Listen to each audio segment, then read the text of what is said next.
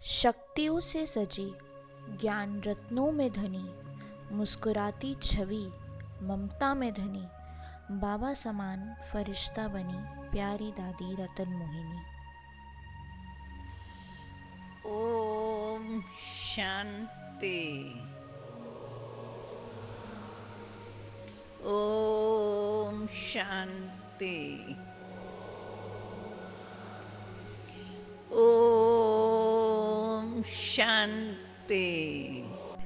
25 मार्च 1925 को हैदराबाद सिंध में जन्मी दादी रतन मोहिनी जी का मूल्य नाम लक्ष्मी था। उनकी पालन पोषण एक समृद्ध और धार्मिक परिवार में हुई थी। बाल्यकाल से ही उनका ज़्यादातर समय पढ़ाई आदि में ही व्यतीत होता था। वे मधुरभाषी अथवा साइलेंस में रहना पसंद करती थी।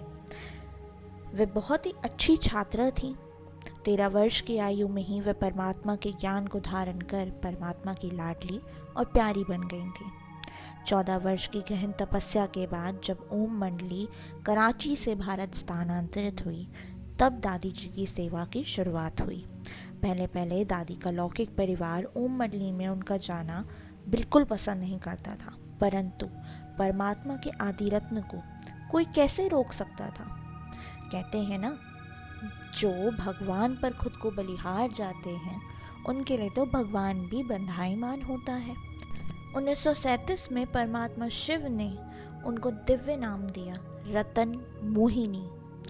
दादी की विशेषताएं बहुत थीं। दादी को यूथ दादी भी बुलाते थे क्योंकि वह यूथ विंग की हेड थी। दादी एक गहन चिंतक थीं। दादी दयालु और विनम्र होने के साथ साथ अथक सेवाधारी भी थीं। आध्यात्मिक रूप से दादी बहुत ही परिपक्व थीं। हमेशा मुस्कुराता हुआ चेहरा, सभी को खुश करना, ये दादी की विशेषताएं थीं। दादी पवित्रता, शांति और उच्च उद्देश्य के जीवन का उदाहरण थी। दादी सबके लिए आदर्श ब्रह्म कुमारी हैं और दादी से सबको प्रेरणा भी मिलती है। दादी रतन मोहिनी जी राजयोगा शिक्षक और युवा विंग की अध्यक्षा भी थीं।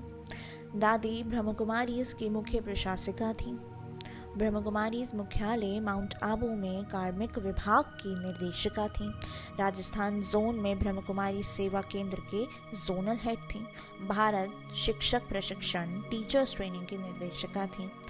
केवल 12 वर्ष की आयु में दादी ने अपनी इंटरनेशनल सेवा देनी शुरू की थी। दादी प्रशासिका नहीं, कोई टीचर नहीं, कोई हेड नहीं, पर दादी सबकी माँ थी। सबको प्यार से मम्मा बाबा की शिक्षा से पालना देने वाली दादी हम सबकी माँ थी। ऐसे दिव्य आत्मा को शत शत नमन है। दादी साकार रूप में साथ ना होकर भी अव्यक्त रूप में हम सबके साथ सदैव हमेशा है। ओम शांति। को फिर से